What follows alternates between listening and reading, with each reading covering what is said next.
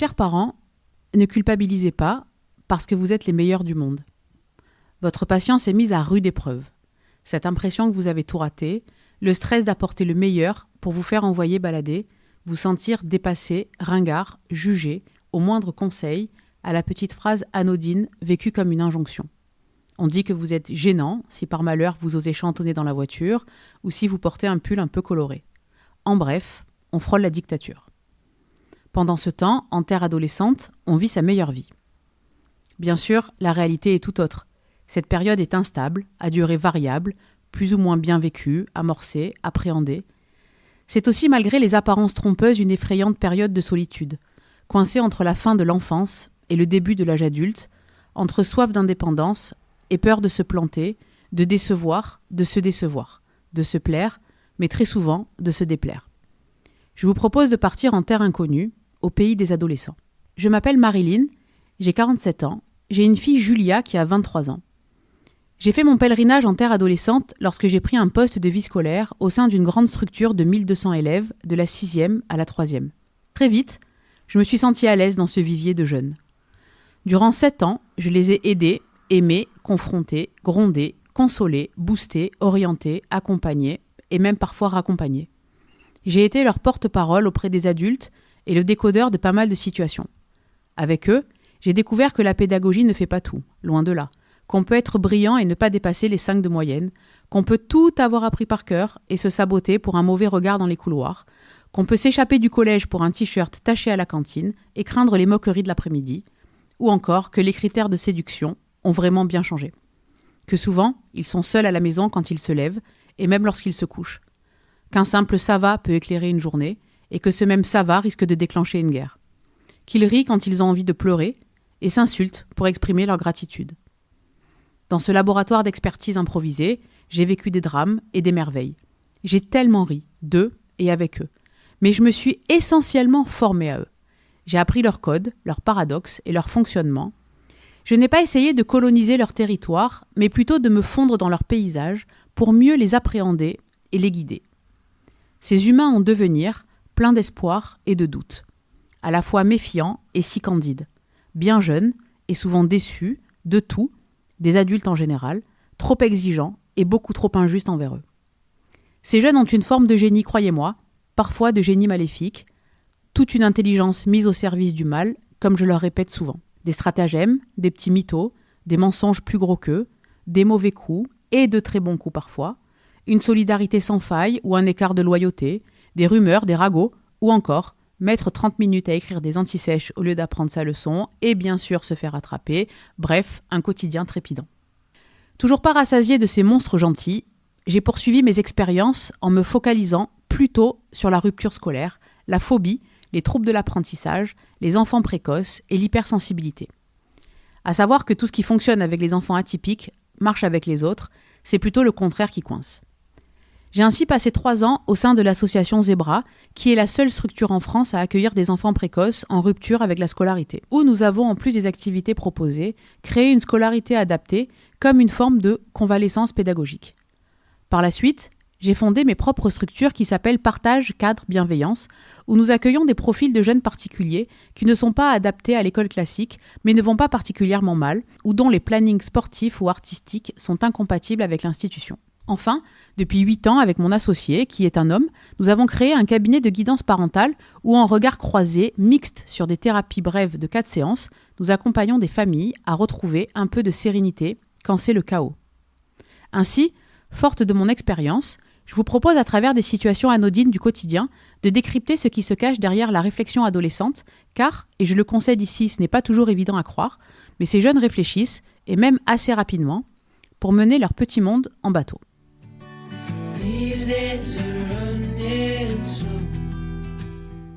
Les ados et la limite. La majorité des jeunes à qui je demande comment ils vont me répondent « ça va pas du tout, mes parents me rendent dingue ». Ah bon, dingue, carrément. Ah ouais, ils ne me laissent rien faire. Cette phrase revient encore plus souvent aux alentours du vendredi soir, alors que les demandes de sortie du week-end se font incessantes, oppressantes, harcelantes. Certains parents me confient « on a l'angoisse de la fin de semaine ». Et nos jeunes de multiplier les requêtes des plus basiques aux plus saugrenues. Alors je peux aller à une soirée, mais je sais pas s'il y aura les parents, enfin. Je peux aller à la nif de Paul, je peux aller dormir chez Lucie, Mehdi peut passer 2 jours à la maison, tu peux venir me chercher à 4 heures, je peux prendre le train pour aller chez ma pote, mais enfin, tu as 12 ans. Et est-ce qu'on peut dormir dans une tente dans la forêt ? On est en décembre, il va faire un peu frais. Je peux aller à un concert, on n'a pas encore les places, on sait pas comment on y va, ni comment on rentre, mais s'il te plaît maman, dis oui. Inonde ainsi nos messageries, nos écrans, nos cuisines, nos salles de bain, nos têtes. Les ados sont prêts à vous suivre jusque dans les toilettes pour obtenir le sésame, le fameux oui. Parfois, toutes ces demandes sont faites par un seul et même jeune. Oui, c'est possible. Et on perd un peu le sens des requêtes, comme si c'était demander pour demander. Par exemple, si je peux pas aller dormir chez Lucas, je peux inviter Yanis. Non. Alors je peux aller passer l'après-midi au parc, il y aura tout le monde. Non. Je peux juste aller en bas de la rue. Et non. Je peux rentrer à 19h au lieu de 18. Toujours non. Et au final, on va céder sur un truc aberrant, du genre « tu peux m'acheter un sweat, j'en ai besoin ». Oui, mais bien sûr, mais le 10 vêtements coûte 280 €. C'est en fait un oui d'épuisement, excédé des demandes perpétuelles. Et finalement, on a l'impression que notre relation aux jeunes se résume à la gestion du oui ou du non. Ce qui est assez frustrant et requiert chez nous et chez eux un véritable sens de la stratégie et de la manipulation, dont ils sortent en général vainqueurs par chaos. Alors bien évidemment qu'en théorie éducative, tous les noms devraient être argumentés, expliqués, décodés. La pratique est tout autre. Nos journées et nos autres sources de stress nous rattrapent. On explique à nos jeunes patients que, non, les parents ne s'éclairent pas quand vous rentrez d'école. Ils ne restent pas immobiles dans le salon assis sur le canapé toute la journée, que chacun arrive le soir avec sa journée dans les jambes et dans la tête. Et que parfois, non, on n'arrive pas à tout expliquer. Mais alors, que cherchent nos ados dans ces moments-là, dans ce tourbillon, dans cette agitation ? Le conflit, forcément ? Je ne crois pas. Ils n'en sont pas conscients, et trop égocentrés pour ça. Vous savez, à cet âge, les états d'âme de l'adulte sont peu pris en compte, et on a vite fait de vous attribuer des hystériques, fous, on peut rien te dire, tu t'énerves tout de suite, tu comprends rien. Les ados cherchent simplement à grandir, de la meilleure manière qu'ils soient, c'est-à-dire en testant la limite, les limites à l'infini des parents, mais aussi des enseignants, des adultes référents. L'adolescence, période de l'affranchissement, de l'autonomie, de l'indépendance, et au même titre qu'on ne possède pas de mode d'emploi pour être parent, il n'y a pas non plus de manuel pour grandir. Chacun, chacune fait comme il peut avec les outils mis à sa disposition, à savoir pas grand-chose. Et ainsi, un ado qui pour l'instant n'est pas en mesure de ranger un t-shirt dans son placard ou une chaise sous une table, ou de ne pas rater son bus, vous demande avec le plus grand des sérieux s'il ou elle peut partir 3 semaines en road trip avec des potes à 14 ans. Vous voyez bien qu'en termes de rationalité, il y a encore pas mal de travail. Il y a dans le dictionnaire 7 définitions pour le terme limite. Étrangement, c'est la définition scientifique qui m'a interpellée pour évoquer la limite chez l'adolescent. En science, la limite est une grandeur dont une variable peut s'approcher indéfiniment sans jamais l'atteindre. Remplaçons le en science par à l'adolescence. Et ça donne, à l'adolescence, la limite est une grandeur dont une variable peut s'approcher indéfiniment sans jamais l'atteindre. Je dirais que ça colle plutôt bien. En effet, la variable c'est l'ado en perpétuelle transformation et sans jamais l'atteindre, c'est normal car cette limite lui est parfaitement inconnue. C'est pour cela qu'il ou elle expérimente et teste à souhait pour s'en approcher.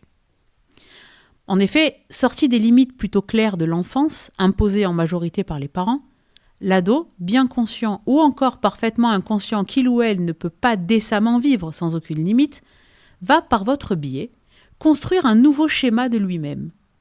Mais les rôles sont inversés, car c'est finalement eux qui vous imposent de nouvelles bornes et dont vous êtes désormais le baromètre. C'est épuisant, je vous l'accorde. Alors, on va vous rétorquer « mais ça va, je suis plus un bébé, j'ai pas 5 ans, j'ai pas 10 ans, j'ai presque 15 ans ». Symboliquement, l'évocation des âges comme des paliers qu'on franchit les transporterait vers cet âge adulte. Dans de nombreuses comédies comme LOL, La Boum dans une autre époque ou encore Mon bébé, on est face à des jeunes qui veulent désespérément grandir et qui se heurtent à cette limite des parents parfaitement démunis et inquiets. Et si pour eux, ça va, c'est pas grave, c'est rien du tout, tu vois le mal partout, tu vas pas m'enfermer dans une bulle. Eh bien pour nous, tout est angoisse, stress, anticipation de catastrophe. Quand je discute avec des jeunes de tout milieu, entre 12 et 18 ans, il existe un réel écart entre ce que eux décrivent de la liberté et ce que nous, parents, sommes capables de donner. J'ai récemment lu un livre sur la psychologie familiale datant de 1973, soit de 50 ans, et si j'y ai trouvé des notions ancestrales bien évidemment, une phrase m'a tout de même interpellée, et je la trouve d'une grande justesse. Il est important de considérer l'adolescent comme un être nouveau et pas comme un grand enfant. Et je crois que c'est ça la clé, la fin d'une ère et le début d'une autre. On peut le comparer à un pays qui prend enfin son indépendance après des années de colonisation. Cet État doit trouver de nouvelles ressources, se créer un nouveau gouvernement et une nouvelle économie, ainsi s'affranchir, avec ses propres règles et ses propres limites. À cette notion de limite s'associe celle de confiance. La confiance que vous allez lui accorder dans cette nouvelle configuration. Une jeune fille que l'on suit me raconte. Mes parents me disent qu'ils me font confiance alors qu'ils contrôlent tout ce que je fais. Alors je lui réponds, mais est-ce qu'à chaque fois qu'ils vérifient, tout est ok ? Ben non, pas toujours, mais je fais exprès, parce que je sais qu'ils vont regarder. Je fais n'importe quoi pour les agacer. Donc là, tu testes clairement leurs limites. Exactement. Ok, Machiavel. Ce qu'on comprend à travers cette anecdote, c'est que plus vous allez leur faire confiance, et moins ils testeront la limite. Et cela, chers parents, passe par des phases d'acceptation pas faciles. Par exemple, si vous laissez aller votre ado de 6e seul à l'école, ne le regardez pas par la fenêtre. Car s'il se retourne et vous voit, il pensera que vous le surveillez. Donc, que vous ne lui faites pas confiance. Donc, il va vous tester. Ah ouais, elle me regarde par la fenêtre ? Eh bien, la prochaine fois, je me cache dans le couloir. Alors que peut-être votre intention n'était pas celle-là. Eux l'interpréteront ainsi. Faire confiance, c'est responsabiliser. Ainsi, une étude montre que les adolescents des familles monoparentales accomplissent plutôt des tâches ménagères, aident le parent solo pour des petites courses ou gardent les frères et sœurs. Dans ces foyers, on n'a pas trop le choix que de faire confiance. Et souvent, les limites sont fixées de fait, sans la sempiternelle négociation où l'ado a l'impression d'avoir fait une bonne affaire ou de vous avoir escroqué une sortie ou une heure de plus de je ne sais quel support. Poser une limite à un ado, ce n'est pas le faire rentrer dans une case, ce n'est pas une interdiction, ni une injonction, c'est plutôt un filet de sécurité. Les parents, aucun de vos enfants ne pourront vous reprocher de lui apporter de la sécurité, parce qu'en fait, ça, c'est notre job. L'adolescent, dans son nouvel état, ne connaît pas ses limites. Et c'est le propre même de l'éveil affectif, de cet âge, qui constitue à donner ou à prendre sans compter, car il tâtonne et il rend fou, mais il se rend fou aussi lui-même. Il est donc important de fixer ensemble des bornes et des repères à ne pas dépasser. Les principaux sujets de conflit à l'adolescence sont les horaires, la gestion du temps, en incluant désormais le temps d'écran, le travail scolaire et les sorties. Peut-être un conseil qui vous sera utile. Au lieu de donner une heure fixe, donnez une plage horaire.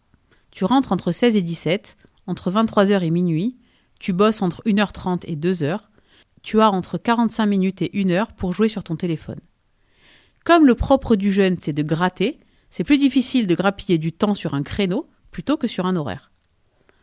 Ce qui est important au-delà de la limite posée, c'est le cadre, qui lui est plus ferme, et dans la mesure du possible, ne doit pas déroger. Nous les parents, nous avons besoin d'être cohérents. On fait ce qu'on dit, on dit ce qu'on fait. C'est comme ça que la confiance s'installe dans les foyers. Et ça nous évite des remarques agaçantes du genre « ouais, fais ce que je dis mais ne fais pas ce que je fais » et qui sont parfois aussi justifiées. N'oublions pas que malgré tout ce que nos enfants disent, nous sommes un peu leur modèle, ou du moins nous faisons partie de leur référentiel. Il est important de maintenir le cadre coûte que coûte, afin d'éviter de tomber dans la tyrannie adolescente, sorte de dictature intrafamiliale, où l'ado est en toute puissance, car dépourvu de ses fameuses limites, et provoquant ainsi la détresse chez tout le monde. Nous recevons de nombreuses familles dans ce cas, tous milieux confondus, où nous ne savons plus parfois s'il faut rire ou pleurer à l'évocation des anecdotes.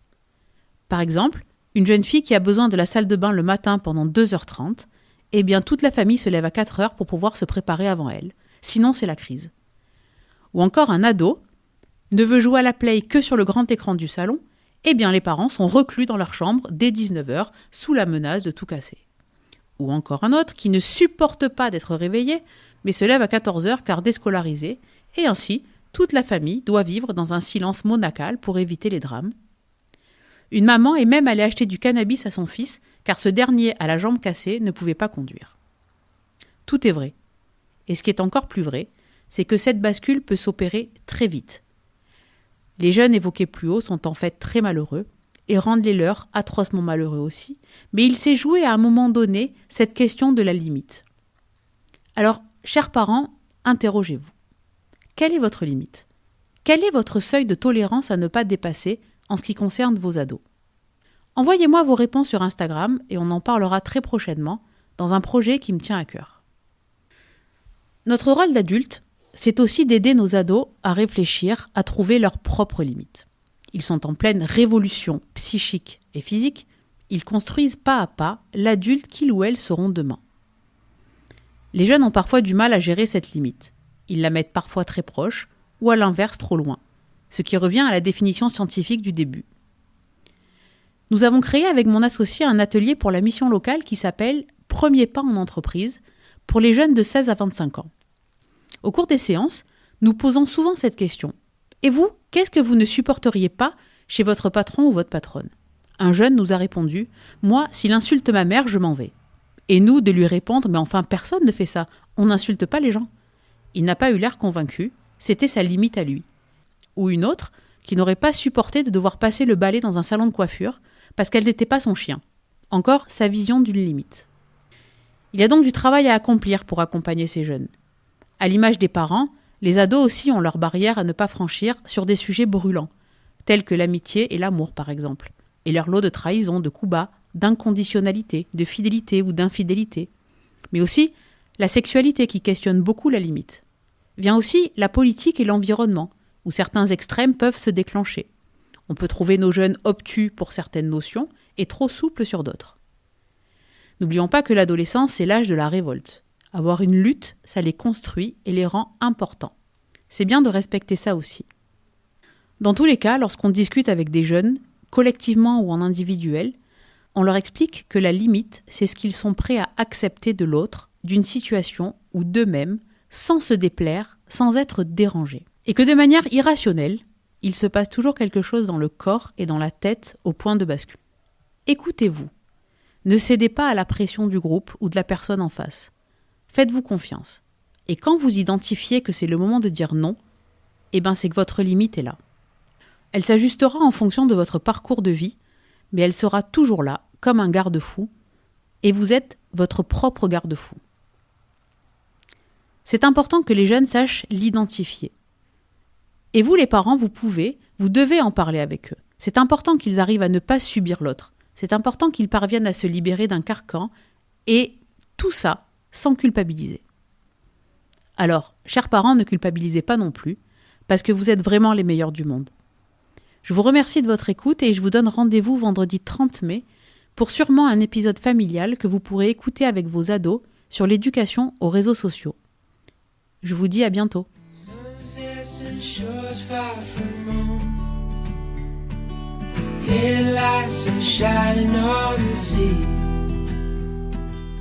No place on earth I'd rather be. And I could try to just follow the swell, but I'll never find this anywhere else.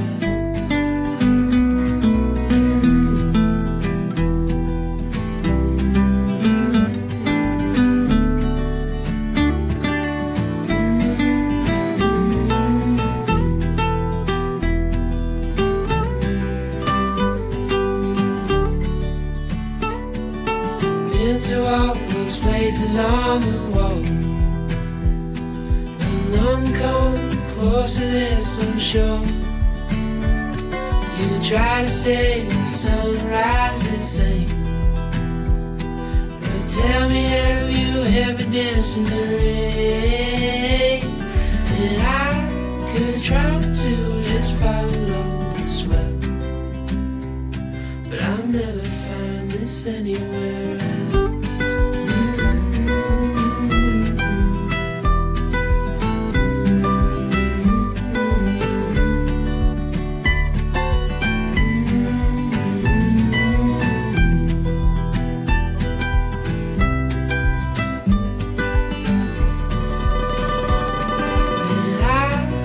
Try to just follow the sweat, but I'll never find this anywhere else.